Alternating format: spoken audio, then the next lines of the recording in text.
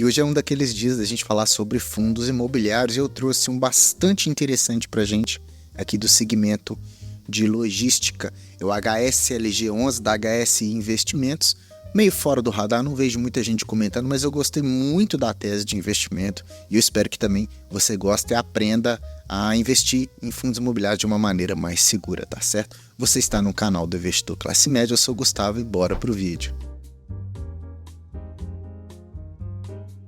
Para a gente falar de fundos imobiliários, a gente tem que iniciar o nosso vídeo falando sobre o IFIX, que é o índice que reúne os fundos imobiliários mais negociados da Bolsa de Valores.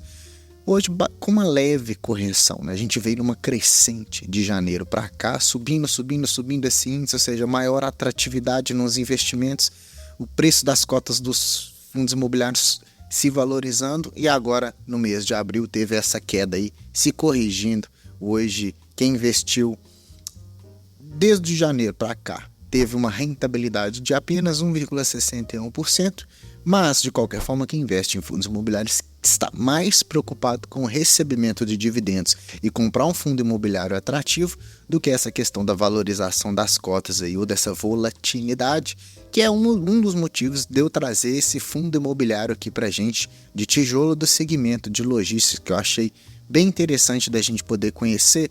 E para a gente investir em fundos imobiliários, inclusive fundos imobiliários de tijolo, a gente tem que ter algumas premissas para poder avaliar esses fundos, pessoal. Então, o que você analisa em um fundo de galpões logísticos, por exemplo, né, de imóveis que são ali reais, físicos, que estão para alocação para os inquilinos? O que o investidor precisa analisar? Primeiro, ele tem que ver os imóveis, quantos imóveis esse fundo tem na carteira dele. É um fundo diversificado, é um fundo monoativo, né? Ele só tem um galpão, tem 5, tem 50. Isso é muito importante porque vai trazer mais segurança para o fundo quando ele tem um número de imóveis mais elevado, porque o risco se reduz e ele consegue aumentar o número de clientes também. Outra coisa super importante, se não uma das mais importantes, é a localização. Você precisa ter esses imóveis numa localização super estratégica, perto dos grandes polos, para facilitar justamente o ramo da logística e ter mais atratividade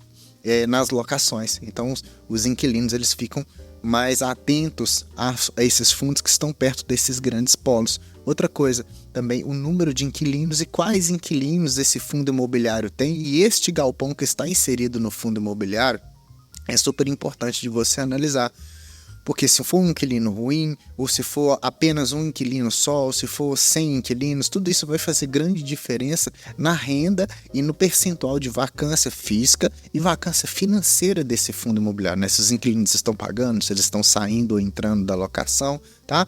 Por fim, a gente precisa analisar os contratos, qual que é o tipo e a longevidade desses contratos, né? Não adianta eu ter um inquilino que vai vencer o contrato daqui a um mês e nunca mais vai aparecer. Então isso aí também impacta diretamente com a vacância. E por fim, se o fundo imobiliário tem dívidas ou não. Então é tudo isso que a gente vai analisar aqui no HSLG11, tá certo? Que hoje está com uma queda aí no valor da sua cota, né? Mas se a gente analisar nos últimos 5 dias, teve uma queda de 3%, batendo na casa de R$ 90,40, tá? Então é um fundo que está apresentando aí um certo desconto.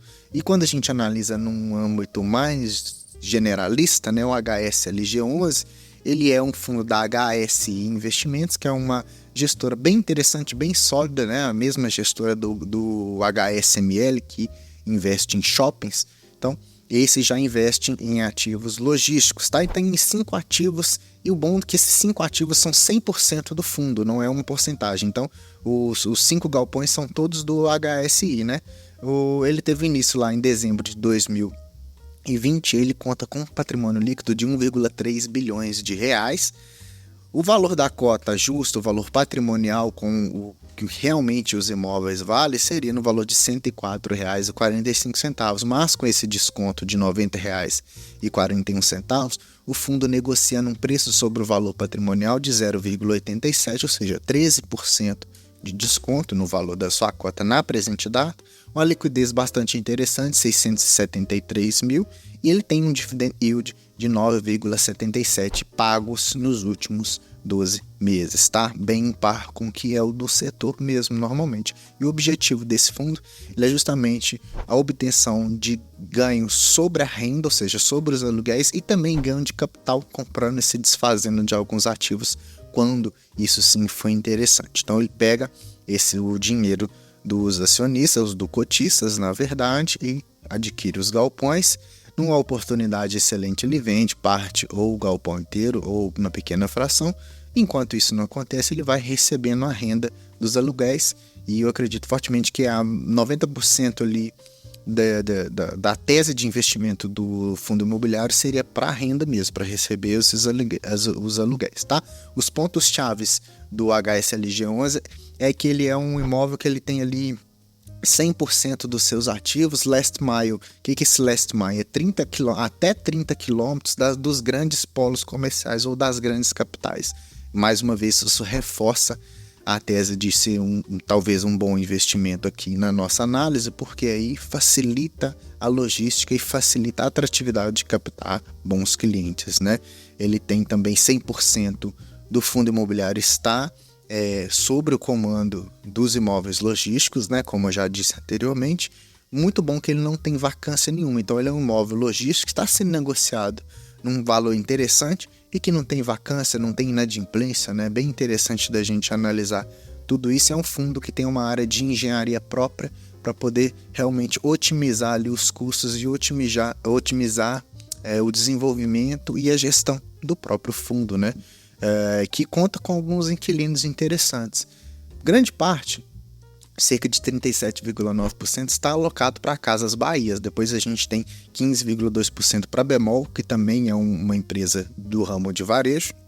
A gente tem a Açaí também com 12%, a Comercial Esperança, a Renner, a Ibratec, a Ativa Logística e 11% em outros imóveis, outros inquilinos, na verdade, tá? Então, ele tem essa diversificação ali, de certa forma, mais restrita entre inquilinos, e grande parte está nas Casas Bahia. Talvez esteja aí ao valor do desconto, né? Porque a gente sabe que Casas Bahia está passando por um momento mais conturbado na sua economia e está refazendo ali toda a sua estrutura para poder ainda se tornar competitiva no mercado. Então, os analistas e os investidores veem isso talvez como um ponto de desconto do fundo, né? Tá, posso comprar o fundo, mas se ele estiver abaixo do seu valor patrimonial, porque você tem um inquilino que é ali meio duvidoso, que pode ou não sair a qualquer momento, tá certo? Mas, de qualquer forma, até a presente data, não consta nenhum tipo de vacância financeira e nem vacância física, tá certo? Os contratos desse fundo imobiliário, eles são 90% atrelados ao IPCA, a nossa taxa de juros, pela sua correção, e 9,7% ao IGPM, tá? São contratos, na maioria dos casos, típicos, 76,2%, e 23,8% de contratos atípicos, tá? Para imóveis de galpões, contratos atípicos são mais interessantes porque são contratos de longuíssimo prazo e a multa de rescisão ela é mais pesada.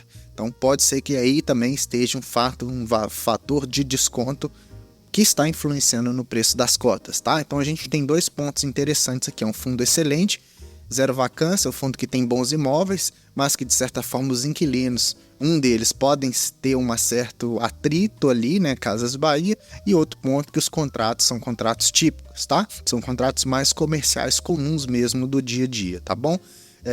O interessante é que 34,6% dos imóveis ali são até 15 quilômetros da capital e 65,4% no máximo 30 quilômetros, tornando essa atratividade, né? 49% da área bruta locável está nas regiões metropolitanas ali, inclusive na região metropolitana de São Paulo. Aqui a gente percebe que ele vem vencendo essa vacância, essa zero vacância, né? Ele tem mantendo isso por mais de um ano, então ponto positivo para o fundo. E a gente começa a conhecer ali os seus imóveis. Para a gente conhecer os imóveis, a gente tem que passar pelo HSI Log Dutra, São José dos Pinhais, Contagem, HSI Log Castelo e o imóvel de Manaus, tá? Então a gente vai passar rapidamente por cada um deles, sendo que o maior imóvel de logística seria o HSI Log Dutra, que fica na região metropolitana de São Paulo, ali com 139.600 metros quadrados de área bruta locável, tá bom? Foi inaugurado em 2012, então já tem um tempinho aí, né? De área bruta locável, somando todos os imóveis, a gente tem 456.800 metros quadrados, então é bastante chão para locar dentro dos galpões. E passando pelo primeiro, que é o HSI Log Dutra, que fica no eixo rodoviário, ele tem uma área bruta locável de 139.600 metros quadrados, tem zero vacância. Esse está num raio de 30 km da capital e o principal locatário é o Grupo Açaí, né? Então, um tipo de contrato também é um contrato típico. Depois a gente tem São José dos Pinhais, que está no eixo rodoviário, né? Ele é um pouco menor, 74.200 metros quadrados de área bruta locável. Ele está mais pertinho da capital, ali em 17 km, não tem vacância também. Ele está alocado para as Casas Bahias. Ponto positivo, que é um contrato também atípico ali, então tem que esperar até o final da rescisão do contrato para poder se desfazer ou não ali, tá? Então um ponto interessante é isso. Depois a gente tem aqui em Minas Gerais, pertinho de onde eu moro, em Contagem, tá? 92 mil metros quadrados, zero vacância, 13 quilômetros aqui de Belo Horizonte, e também é locado pela Casas Bahia, agora que já é um contrato típico, tá? Depois a gente tem a HSI Log Castelo, fica no eixo rodoviário em São Paulo, tá? Na rodovia Castelo Branco, ele tem 84.800 metros quadrados, zero vacância, tá quase a 30 quilômetros da capital, e ele tem locatários diversos, né? Ibratec, Ativa Logísticas e Fresenius. Contrato típico também para eles. E para a gente finalizar aqui, a gente tem em Manaus a Bemol, que é uma varejista, alugando ali 66 mil metros quadrados, que está a 14 quilômetros da capital, e tem um contrato atípico também, que é bastante interessante, tá? E com todos esses 5 imóveis alocados por esses inquilinos, o fundo faz uma certa renda, né? Que é que a gente vai partir agora para poder analisar aqui juntos comigo essa renda, tá? Então, assim, de todos os aluguéis que o fundo recebe, em março de 2024, ele teve uma receita dos aluguéis de 10.817.000, tá? Ponto interessante também, um pouquinho ali de receita financeira de caixa, né? 111 mil. E aqui ele consegue também descrever as despesas de uma forma mais honesta e transparente. Isso é um ponto muito positivo para o fundo, tá certo? Então a gente tem taxa de administração, de escrituração, de gestão, performance. Taxa de performance não é todos os meses que são cobrados. A taxa de performance é o que exceder em 20% o benchmark do fundo. O benchmark desse fundo está um IPCA mais 6,5. Então, aparentemente, em março ele não venceu esse benchmark, então não houve cobrança da taxa de performance. Tem algumas despesas imobiliárias e despesas financeiras, dentre outros demais, tendo um resultado líquido de 9.115.000. Tá? Desses 9.115.000, daria um resultado de 72 centavos por cota, porém o fundo distribuiu 74 centavos porque ainda havia algum dinheiro em caixa para poder ser distribuído e deixar o dividend yield atrativo e o dividendo também de uma forma distribuída mais linear, né? Uma das coisas interessantes também que a gente pode analisar no HSLG11 é as suas obrigações, que lê-se como alavancagem, que lê-se como dívidas, tá? Então o fundo ele tem um CRI que é atrelado ao IPCA do ativo de Manaus, da Bemol, tá? Ele tem uma dívida ali de mais ou menos 165 milhões, que está atrelada ao IPCA mais 7,6.